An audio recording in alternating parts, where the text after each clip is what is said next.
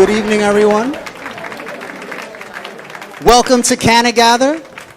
If you're excited about cannabis in New Jersey, can I get a round of applause? All right. With that said, let's kick it off with the sponsors. Again, the sponsors make this event possible, so we're going to call them up. Now, if you are looking for a service provider, if you're looking for a doctor, you're looking for some type of service, these people who are sponsoring are offering their services to you. So they'll come up, they'll give you about a minute or two pitch on what their company's doing, and when you get an opportunity, during the networking afterwards, go meet with them and find out how you guys can work together. So one of the sponsors we want to thank, let's start here. First, let's thank our host committee. So we have Ivan. Ivan, are you in the building? Thank you guys and crew. There you go. The host committee prizes are courtesy of Flower Power, so I hope you like that coffee that they're giving you guys. Pragnesh Amin, are you guys in the building? There you go. All right, thank you, host committee, very much. And then Joel Meir, Dr. Joel Meir, you guys in the building? Wow, yes. Yes, perfect.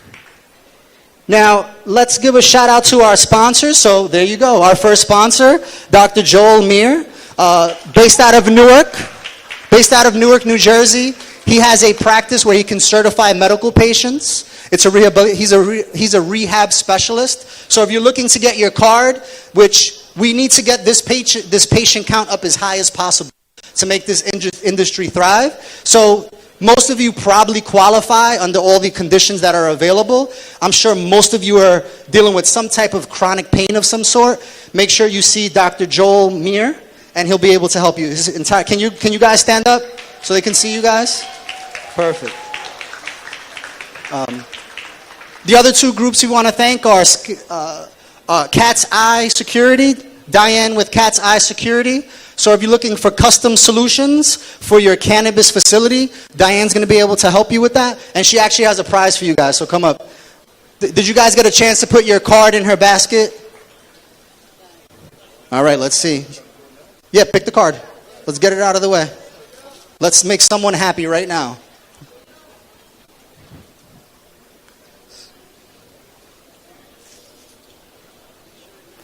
Oh, snap. Are you serious? Who? Roosevelt? There you go, Roosevelt. Good job.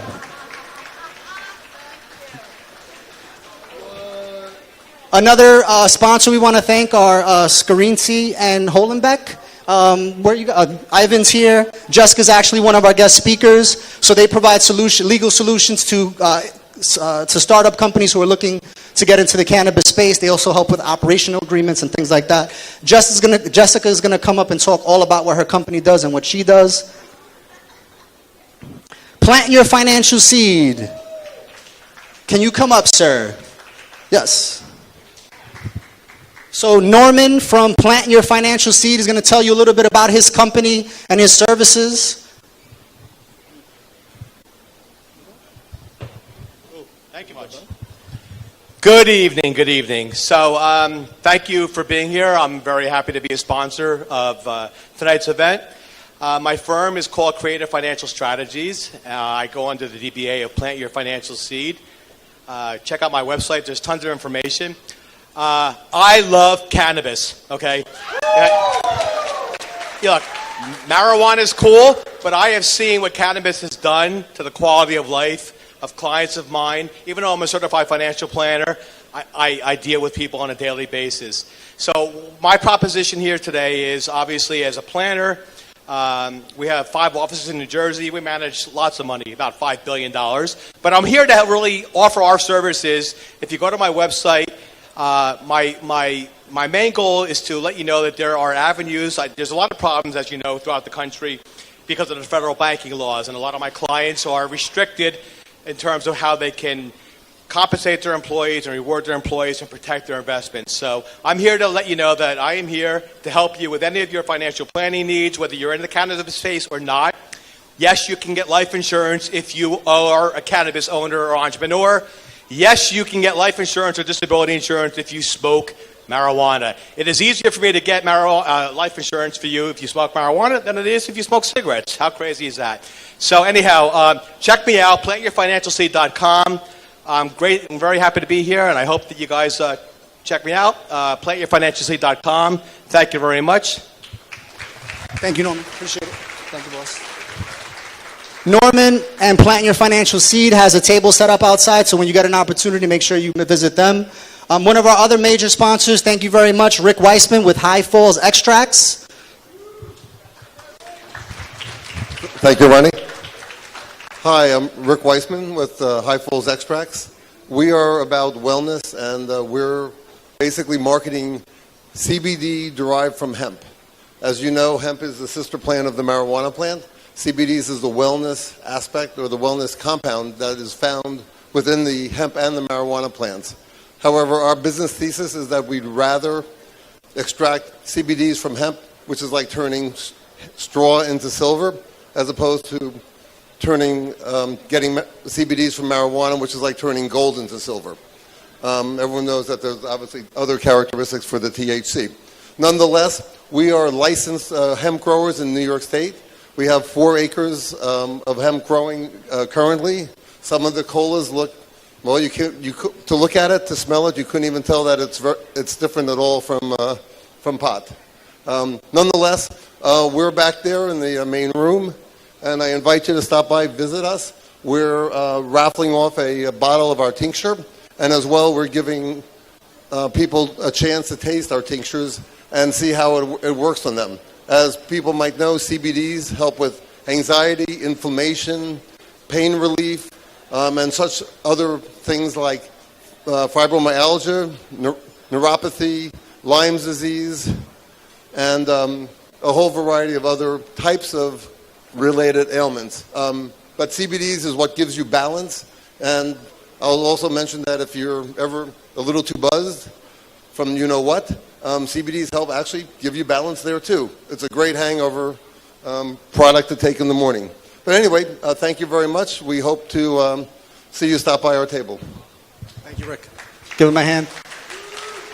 Definitely take an opportunity and visit High Falls Extracts. If you have family and friends that are frightened by THC, CBD is it's an easier stepping stone. I know my mother personally, she would not take THC. As soon as I gave her CBD, she was pretty much hooked on it and using it in a positive way. So CBD is the way to go. Can we get WoFlow, Matt Kutch from WoFlow? There you go.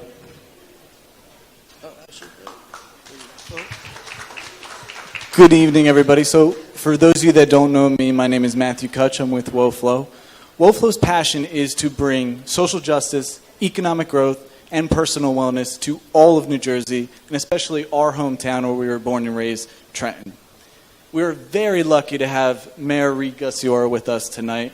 Mayor Reed Gussiora has been fighting for all of us for so long, before he was mayor, when he was an assemblyman, so we are extremely lucky. Pick his brain, really talk to him, meet him if you can. We are very thankful that he has come today. But WoFlow is applying for a medicinal dispensary license in Trenton. We want to rebuild the communities that help build us. And we hope to see you all September the 8th for Cannabis in Trenton. Thank you. And last but certainly not least, MJM Strategy, Dashita Dawson, please come up. Type in Dashita Dawson into your Google browser. You will see a lot of great work from this woman. Thank you very much. Thank you. Thank you. Good evening, everybody. How are you? Woo-woo. So my name is Dashita Dawson. As he just said, I'm the Weed Head. You can actually find me by going to theweedhead.com. That is me. I am a corporate to cannabis crossover. I came into the industry roughly almost 3 years ago after launching brands at Target and Victoria's Secret. I'm Brooklyn born and Jersey educated. Got my undergraduate degree in Jersey. Shout out to Princeton Tigers. Shout out to Rutgers for my MBA. So I have a lot of hats in the industry, but the number one, to be perfectly honest, was the founding of my company, MJM Strategy. So MJM Strategy, we are a digital-focused strategy and management consulting firm. People call us the McKinsey of marijuana. We're problem solvers by nature. We don't just do marketing, we do overall strategy, overall business strategy. Our clients tend to range from special interest groups to nonprofit organizations to municipalities, and we even have some individual clients that will put through a brand audit. Our mission is to legitimize, to stabilize, and to diversify the cannabis industry, 110%. And essentially what we do, my entire team of minority entrepreneurs, essentially, we're a minority business enterprise, and what we do is we take most businesses higher. You come to us with a problem, whether you're trying to launch a brand or you're trying to rebrand something, this is all of the things that we can work on. My number one focus is to rebrand cannabis through science and technology, and you can find us on mjmstrategy.com, at mjmstrategy, or you can find me at the Cannabis CEO or theweedhead.com. We have a booth in the back if you want to come holla. Thank you. Give her a hand. Definitely check out MJM Strategy. They're doing some great work in the cannabis space. Now, we're going to move on to some of our programming. So how many people are familiar with Lynn, Chick PJC? A couple of you heard of her? She'll give you all her social media handles, do not worry. One of the mandates when we started CannaGather in the community is to link up with community leaders, business influencers that are making an impact in their community. And Lynn has been gracious enough to put her brand with our brand to really elevate this experience. So Lynn, take it away. Thanks, Ronnie. I didn't pay him to say that. Come on, is this thing on? Are you guys awake? What's going on? Hi everyone. My name is Lynn. As Ronnie mentioned, I write a blog about Jersey City. It's called Chick PJC. If you're on your phone, follow me on Instagram, Facebook, and Twitter at ChickPJC, ChickPeaJC. I started the blog about 4 years ago. We write about all things going on in Jersey City: food, art, culture, music, lifestyle, and of course the cannabis industry. So I'm honored to be here today. Are you guys ready for news? Okay, Zeppelin Hall, bring these people some coffee. Are you guys ready? Some fucking news? Thank you. I have to drop the F-bomb to get you guys awake. Okay, global news. Big alcohol and Wall Street join forces. Global liquor giant Constellation Brands plans to significantly increase its ownership in Canopy Growth by investing an industry record of 5 billion Canadian dollars. Do you guys know how to do math? That's 3.5 billion American dollars. Okay. To make the marijuana titan its exclusive global MJ partner. The move also involves Wall Street giants Goldman Sachs and Bank of America Merrill Lynch. Goldman advised Constellation, Bank of America Merrill Lynch is providing the financing for the transaction. It is also the largest investment in any cannabis company to date, and it will immediately put $5 billion in the bank for Ontario-based Canopy after the deal closes. Now for domestic news, Facebook. Marijuana-related companies, regulators, and trade groups around the globe recently stopped appearing in Facebook searches, becoming casualties of what appears to be the social media platform's latest attempts to filter results related to marijuana and cannabis. The phenomenon is known as shadow banning. Damn you, Zuckerberg. It's ruining everything, right? Facebook, to be sure, has shuttered thousands of pages belonging to cannabis businesses and related entities over the years. But the social media giant also allows businesses and related entities to maintain pages, provided they don't violate the platform's community standards. Now for local news, the race is on. The Department of Health told NJ.com that the program is adding roughly 500 patients each week and now has more than 25,000 patients, up from 16,000 at the end of 2017. The influx reflects the program adding new conditions earlier this year, including chronic pain. The state's health commissioner predicted in May that I can't remember this by heart, sorry about that, numbers could hit 50,000. Now, more than 800 people, a mix of lawyers, consultants, and entrepreneurs from as far as Colorado and as close as Pennsylvania, attended a state health department meeting in Trenton to learn the ground rules for the application process. Brown said a selection committee will want to see the applicants can meet the medical marijuana demand in the state. Evaluations of applications begin September 1st, he said. After a 60-day review, the state plans to notify applicants by November 1st. I don't have your list of events happening, but make sure you follow CannaGather NJ on social. Oh, that's the next one? I can't see. September 18th? Who is it? Check out CannaGather.com on September 18th. We're going to have CEO and founder of TerraTech, Derek Peterson. So he's doing some big things in New Jersey and in the space, so make sure you check him out. And when's the next event here in Zeppelin Hall? September 25th. Don't worry, you'll get an email. All right, thank you guys. Have a good night. All right, so we're going to kick off our first part of the programming after this. But before we get that, there are a lot of people involved in making this happen. So can you give these people on the screen a big round of applause? So we have a lot of new volunteers. Thank you for helping out. Definitely want to give Jade, I don't know where you are, Jade, but Jade right there, put your hand up. She's the event manager, so give her big kudos for putting this together. Marion, helping with all the social media. So if you're following us on social media, Marion is responsible for putting all that information. And then Anthony for helping me with everything that essentially needs to get done in between that. So let's kick it off. You're going to get?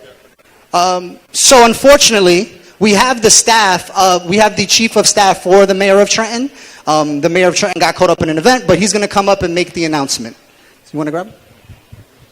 Ladies and gentlemen, I'd like to introduce Nick Gangimi. He's the deputy chief of staff for Mayor Reed Gussiar of the capital city. As Ronnie said, we unfortunately had an event that took place in the city that required the mayor's attention, but Nick is here to talk to you guys on the word of the mayor. Good evening. First, I'd like to thank Leo and Ronnie, who have been tremendously important to the mayor and our staff as we roll out the first ordinance that will create conditional use, permitted use in zoning in the city of Trenton, which will be the first in the state to allow such use, so that we don't have such a clog up with the zoning ordinances as the first 6 licenses had in the first round.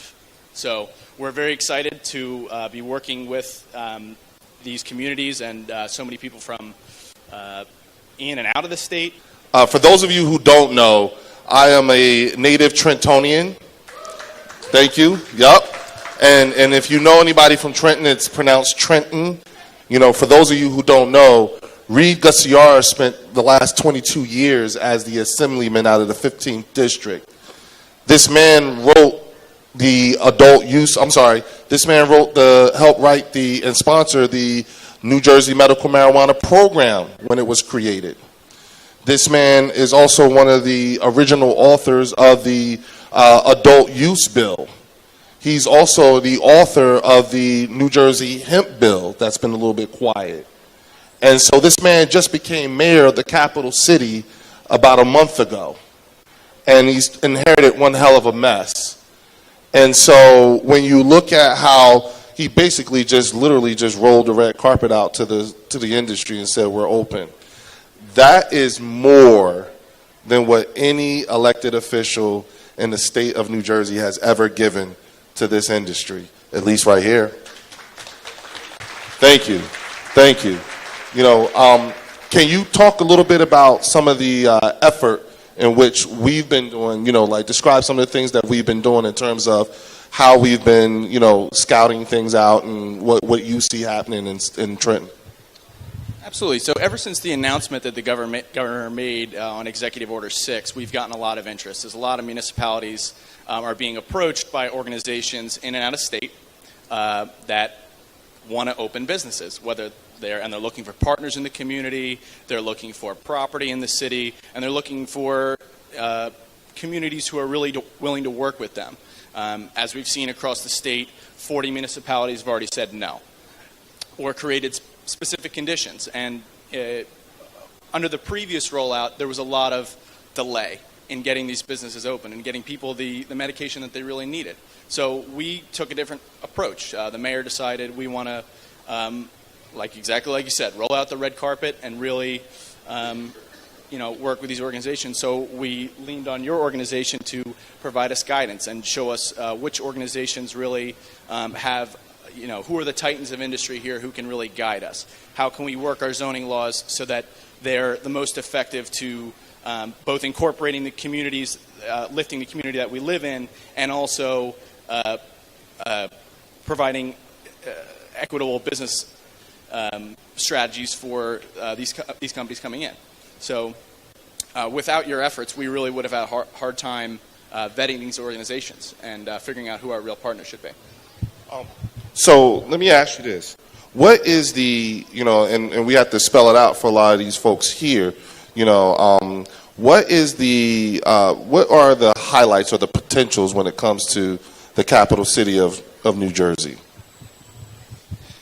Well, we are 40 minutes from Philadelphia. We are 50 minutes from New York City. And we have 23 million people within a 15-minute drive. We have 5 colleges or universities within a 10-mile radius. And we have probably the cheapest real estate of all of Mercer County. And good bones. And there's a lot of historic tax credits that you could take advantage of, a highly educated workforce, and we're the seat for the capital of the state. There's the governor has essentially guaranteed us to be a winner in his administration. He recognizes that we, the city of Trenton, have been a loser and we've been neglected for a long time. So we're really looking forward to partnering with the state and our county and our regional stakeholders to try and make cannabis and business in Trenton work. Okay. So this is, at this point right now, I just got to say, I'm talking to all of you. This is our 3rd event here in New Jersey. And we've brought you the Deputy Commissioner for the New Jersey Medical Marijuana Program, Jeff Brown. We've brought you numerous business owners and elected officials, Jamel Holly, and so on and so forth. Truth be told, we actually had Reed down in Atlantic City. We've done a number of things. For all of you who, if you are somebody who still needs to be convinced that you need to be doing this industry, that train left that was a couple of train stops ago for us. As I said before, we are there are people here who are going to be turning in their applications for these 6 dispensaries, these 6 new licenses. And the reason, the significance behind that is, in case you didn't know, that these 6 licenses that are coming up, this is the last generation of the fully vertical model in these licenses. After this, the next call will be in October. And when that happens, that's the new generation of licenses where you won't have everything.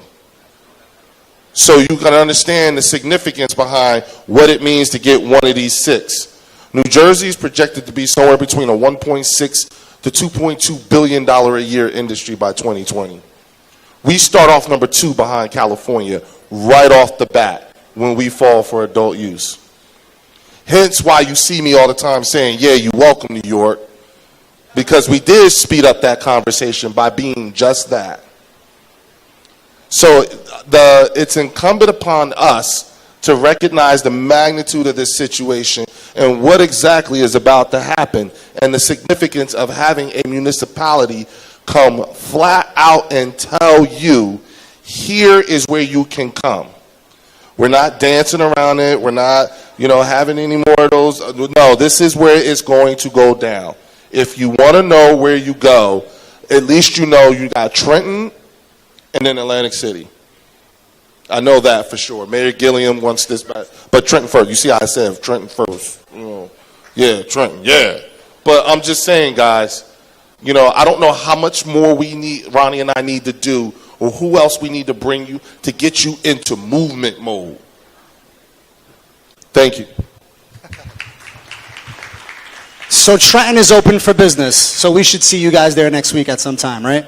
Thank you very. So you want to? Are there any dates that they need to be aware of before we go to the next? Absolutely. The mayor will be coming to Cannabis on September 8th. We want to, we're going to roll out these announcements and really go over them and show us just exactly what services are that Trenton will be providing to our business owners. This isn't just for cannabis, but our focus will be on cannabis. We have our economic development team working on our marketing strategy, both for our current business incentives and new ones that we want to offer to cannabis businesses. So I hope to see you there on September 8th. Thank you. Thank you. Now give him a round of applause. Thank you very much. You could go because I'm going to have the legal panel. All right, so next up is going to be our legal panel. So if you have questions about intellectual property, how to raise private and public equity and debt, and how to protect yourself as a business, this panel is going to be very helpful for you. So can we get our three panelists up here? Mark Press with Cole Shots, corporate partner. Jessica Gonzalez with Scarinci and Hollenbeck. And then Matt Miller, where are you? Matt Miller with MG Miller Intellectual Properties. You know what? I'm gonna sit over here.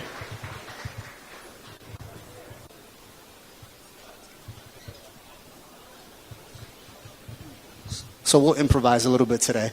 So the cannabis industry is a very serious industry when the lawyers come in, right? Everyone's aware of that, right? This is not fun and games anymore. The attorneys are here. So if you guys don't mind introducing yourself very briefly, and then we have a number of questions, frequently asked questions that we're going to review. And then again, if you have questions afterwards, they're going to be around to help you and guide you and potentially get you to the next step. So if you could kick us off, Mark. Hi, I'm Mark Press. I'm a corporate partner at Cole Shots, where we've established a cannabis practice which covers the entire gamut from formation through application process, raising capital, and so forth. And if you want to just stop by our booth later on, we have a table there, and I will hand it over to. Hi, I'm Jess Gonzalez. So I'm an attorney at Scarinci Hollenbeck and part of the cannabis group there, and I handle the intellectual property side of things. I'm originally from Jersey City. I grew up in the Heights. Thank you. So feel free to ask me any questions. I'll be sticking around after. Hey guys, my name is Matt Miller. I run my own firm, aptly named MG Miller Intellectual Property Law. I too do IP law with focus towards startup companies, patents, trademarks, copyrights, the full gamut. That's what we specialize in. All right, by a show of hands, how many people are trying to start a business in the cannabis industry? All right, so a good amount of you, most of you. So this information is going to be pretty valuable as you build your brand. So I'm going to kick it off with you, Jessica. How is state legislation impacting the way that these trademarks are given, or is it going to infringe upon them getting these trademarks? Sure. So the short answer to that is that the state legalization of marijuana really does not have too much an effect on your ability to obtain a trademark. But if you want to just take a step back, there are two different types of trademarks that you are able to obtain. So you can obtain one at the state level and one at the federal level. The state trademarks they're cheaper, they have a faster processing time, but they only give you protection within the state of New Jersey. Federal trademarks, on the other hand, as the name states, provide you trademark protection across the U.S. However, right now, at the moment, given that marijuana is illegal under federal law, it's been preventing a lot of owners of cannabis trademarks from registering their federal trademarks because they can't satisfy the lawful use in commerce that federal trademarks provide. So we do always recommend federal trademarks. However, state trademarks can also be helpful in the sense that since it's not federally legal just yet, it can provide you with a date of first use and proof that you have been using it within the state. So we shouldn't discount it either. But as of right now, state legalization really wouldn't have any effect. Now, Matt, I have a question for you. I decide to start a business. We take a step back. We haven't gotten to the trademark part. I decide to start a business. What are the first couple things that I need to get wrapped around my brain and start executing on? Sure. So this advice I give a lot. When you're starting a company, there's 4 legal areas you really need to worry about. First and foremost is business formation. Limited liability is a beautiful thing, so you should try to avail yourselves of that. Number 2 is IP. Anything that you're innovating in the space, brands, inventions, art, music, whatever, that's good to have. The third, and this is where I think a lot of people mess up, is having an attorney review your contracts. Often people that think they get into business with their friends, like nothing's going to go wrong. Stuff happens. It's really good to have somebody who's seasoned in it kind of look and make sure you're going to avoid the common pitfalls. And the fourth area is tax, which I know nothing about, aside from that it's important. So now we get to the stage, we start our business, we understand about trademarks, and then we want to raise some capital, right? So there's different ways to raise capital. There's private capital, public, there's debt, there's equity, and Mark Press happens to be an expert in that. So I get to this stage, what are some of the things I should do first to get ready to start raising capital? Well, to echo what Matt just said, one of the important things to do is when you establish your company, make sure your organizational documents are well thought out.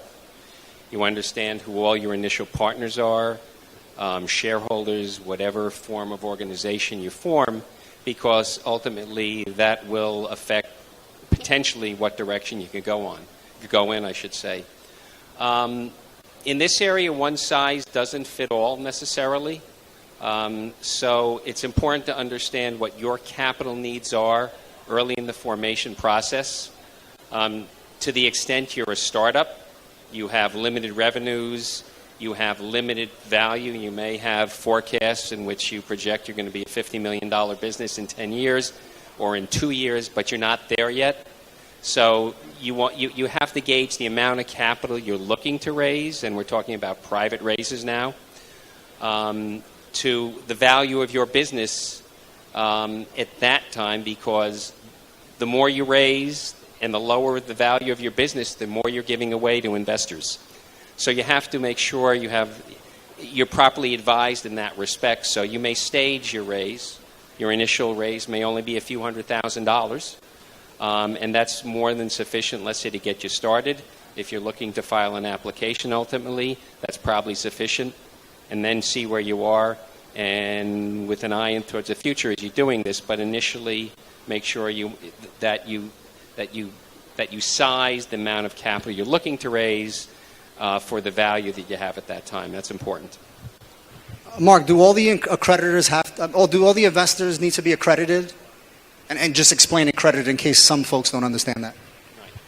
Well, the investors who have a certain minimum net worth, income, and that applies to both individuals and corporate entities, but most of you may have heard it's $1 million for individuals. It's their net worth. The income tests are $200,000 or $300,000 with your spouse over the past couple of years. But it's important.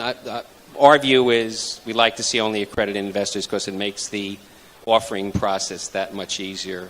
I could go on, but I think that's the basics, at least initially here.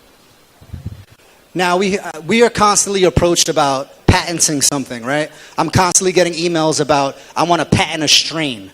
Is that possible? Have you seen instances like that? What kind of stories have you seen out there with companies that are trying to do that process? Yeah, absolutely. So it's kind of interesting. So the United States Patent and Trademark Office is an administrative agency, which kind of gives them some latitude to operate somewhat independently. And because of that, the Patent Office has been actually pretty pro-cannabis as early as November. Well, I'm sure many of you know the federal government has the patent on CBD, which is true. But going for more consumer-facing things, as early as November 2016, the Patent Office granted a patent on an actual strain of cannabis. It was pretty cool. It had a genotype that you'd think, it would express a certain way, and then it didn't, and it was pretty new, novel, and non-obvious, the requirements for patent, and they were able to get a patent on the strain itself. There have been a number of child patents, and that kind of set the way going forward. But in addition to that, I personally have worked on a number of new vaporizing apparatuses, certain soil blends, growing things. So for a lot of the ancillary services as well, patents are a really attractive option.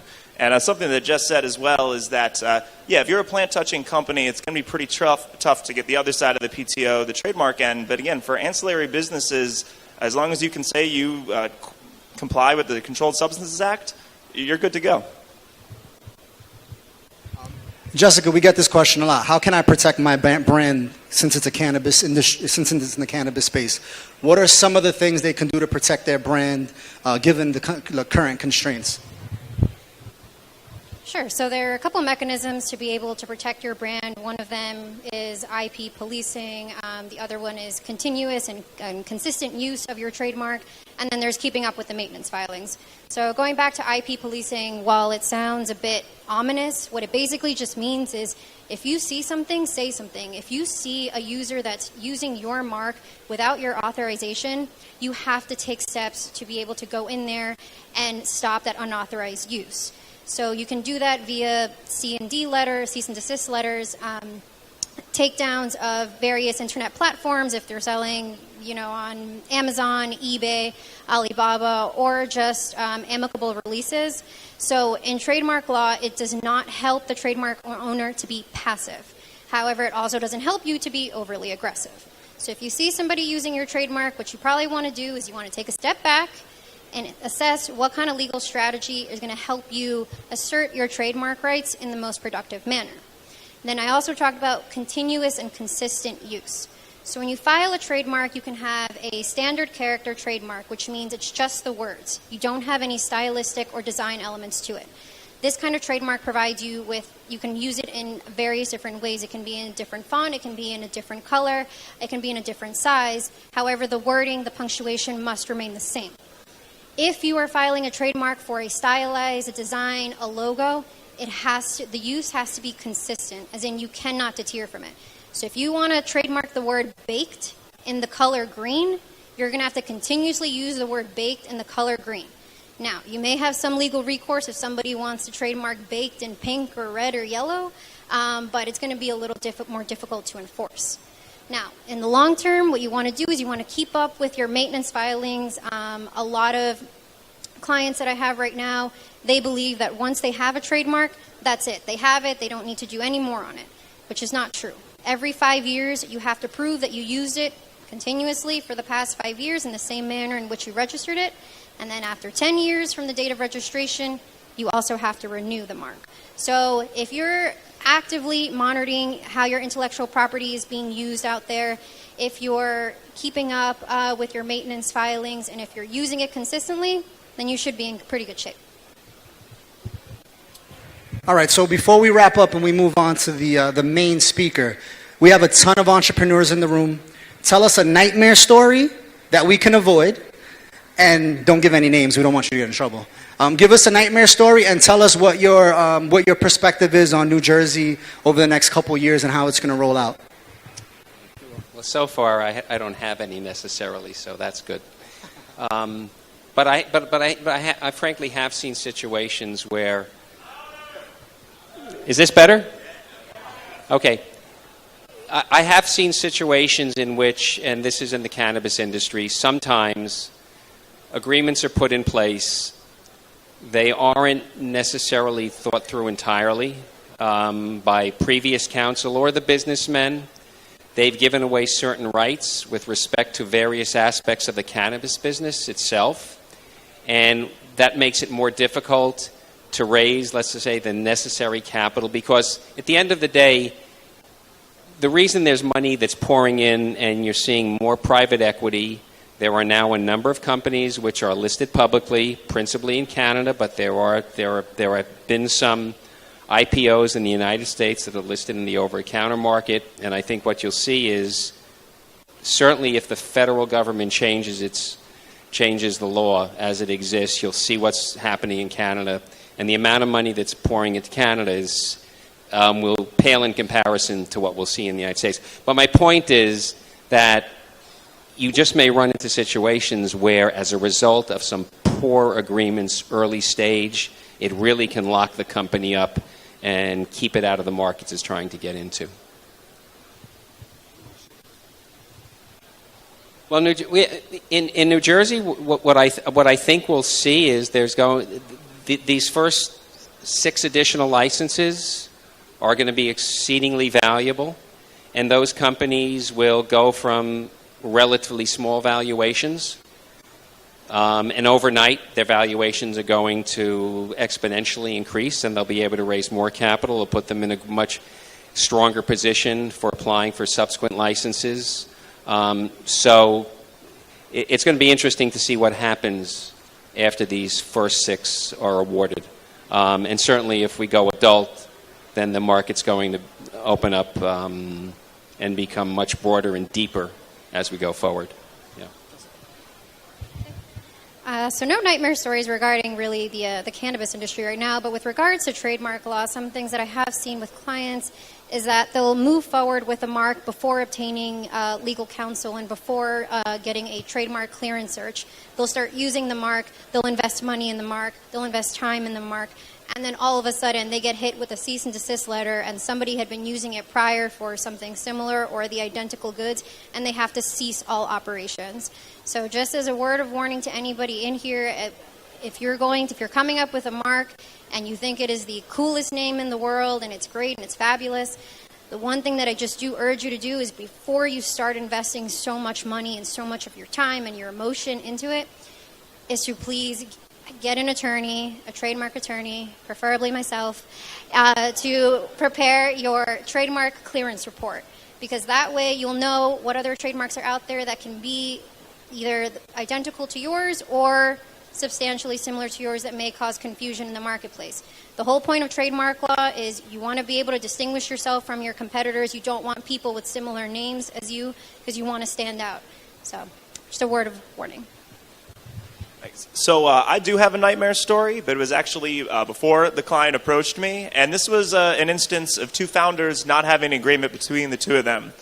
2 founders, best friends of 15 years, started to get a little traction, made a great product, were really moving forward with things. And one founder decided that he was doing significantly more work than the other founder and said, hey, I want to renegotiate the deal. The other founder disagreed with that and ended up with this whole massive dispute, and they ended up having to just dissolve the company, split the code base, and I don't know, it was a shame. If they had just had like an agreement in place before the things had soured, it would have been really helpful. And I think that's good. And to comment to New Jersey, I mean, patent law is exclusively federal, so the legalization in New Jersey is kind of moot. But sorry to touch on trademarks very briefly. Right now, marijuana isn't legal in New Jersey, but when it gets legal, there'll be probably subsequent legislation that allow you to get a state trademark on a plant-touching company, which, as Jess said, will serve as phenomenal evidence for you when it becomes federally legal. So that's my instance on that. And I'm sorry, Ronnie, I got to do one thing, guys. I could just take a selfie with you all for my mom. I think she'd really appreciate it, and I think that'd be a great thing. So. Kids love the selfies. Thank you. Wait, stand up so you got all these people in the background. Guys, wave. Make his mom proud.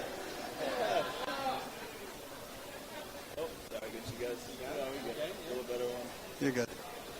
Thank you. Thanks, guys. All right, thank you. Give a big applause to the legal panel. Make sure that you, Cole Schatz has a table here. Matt is here. Jessica and her team are here. If you have additional questions, I'm sure you do. And trust me, speak to an attorney. As soon as you get excited about starting a company, your next step is call your attorney. Because everyone gets excited and then paperwork needs to be signed. All right? So thank you guys very much. Give them a round of applause, please.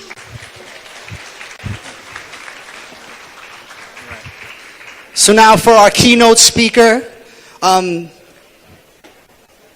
So when I first got into the when I first started getting into the cannabis industry and investigating, I looked up cannabis and I looked up diversity, and the first name that popped up was, of course, Wanda James, right? Right. If you do not know, she's coming up. Give her a round of applause while I still talk well about her. So Wanda James has been at the forefront of diversity for more than 10 years. Thanks to her, people like me can stand on stage and talk about cannabis and share this passion I have for cannabis. So Leo and Wanda are going to have a little fireside chat. It is warm in here, so it probably feels like it's a fireside chat at this point. But I'm going to leave them at the stage. Please listen attentively, take notes. Wanda James is about to drop some jewels on you. All right? So pay close attention because she's done it and we're following in her footsteps. All right? All right. So first and foremost, I don't get to do this very often, but I'm so happy to be in this position. A lot of you may not know, but you have two veterans sitting up here on this stage. And I'd like to say thank you for your service. This is dope to me. This is real dope. So, one of the things that, like Ronnie said, to kind of piggyback on what he was saying, is that when you talk about, what I call the buffoonery of our industry, in terms of how it views black and brown people and women, to be at this point here with what you see here, what do you think? Wow. Well, first off, thank you. Thank you, New Jersey, for doing this. Wow. All right, so I do want to apologize to all the straight white males in the room because I want to apologize for the rest of this conversation. But it's seldom. Normally when we do cannabis events and I look around, it's me and 300 white guys. And I'm not mad at the 300 white guys. It's not all their fault. But by the same token, it's really disheartening to me never to see people that look like me in the room. And when I say look like me, I mean black, brown, or people with women. So, I mean, it's important as this industry moves forward. And when you talk about the buffoonery in this industry and what's happened, it's amazing how we've been locked out of this. And we are locked out of this. Even when you look at what's happened here in New Jersey, and we're excited to see these 6 new licenses come. We're excited to see New Jersey legalize and to bring, what's coming. But when you have 6 licenses that they're putting out in a state, how many people are in the state? 9 million people. And then when you look at the fact that they give you 30 days to put together an application that requires about $700,000 to get it over the finish line, requires a team of people. And I want to talk about the team, so let's go back to that in a second. But when it requires that you have a team of people that you have to have in place, when it requires that you have to have the expertise already in place, and when it requires that you have to have the property already in place, well, just that action alone makes sure that the industry remains rich, male, and white. There's no other way around that. So the battle for us now becomes for the people that are ready, because you know what, we've been doing this for almost 10 years now. We opened up our first dispensary in 2009 when we came off of Barack Obama's National Finance Committee. And yes, that was part of the reason why we do it, because here's the really sad piece to this. I wasn't afraid to get involved in cannabis 10 years ago. You know why? I've been working in politics for 25 years. I had the President of the United States, about a dozen U.S. senators, I don't know how many congressmen on speed dial. So when we got raided, and we did get raided, we were the only black dispensary owners in Colorado, and somehow nobody knew about that, and they raided us. We weren't fearful of going to jail because the pressure that we were able to amass at that time to stop us from going to jail or to stop us from getting shut down was a lot of pressure. But it doesn't make sense to me that you have to be on the President's National Finance Committee or an NBA ball player or somebody famous not to get raided. So this has been the battle moving forward of how do we level this playing field. And 10 years into this, I can tell you there are companies out there that are run by black and brown people and women that are ready for this and are lined up for this. Amen. As a veteran, I talk to people and I tell them that, us veterans for a period of time, we lived in conditions that fostered success. And we only know obtaining success one way, and that's together. And seeing what's happening here in terms of being on the cusp of adult use, full-on legalization and stuff, and seeing, where this industry is moving, the direction in which it's moving, in particularly when it comes to black and brown people, what do you think, being the state that's legislatively legalizing cannabis versus it being a ballot referendum, what is the significance behind that in terms of, particularly when it comes to us? So when we decided to put Amendment 64 on the ballot. Brian Vicente and Christian Cederberg, two attorneys in Colorado that had been doing some underground meetings and helping patients in Colorado, decided, you know what? In Colorado, you can do a referendum. So in other words, you get 10,000 people to sign a ballot initiative and you're off to the races.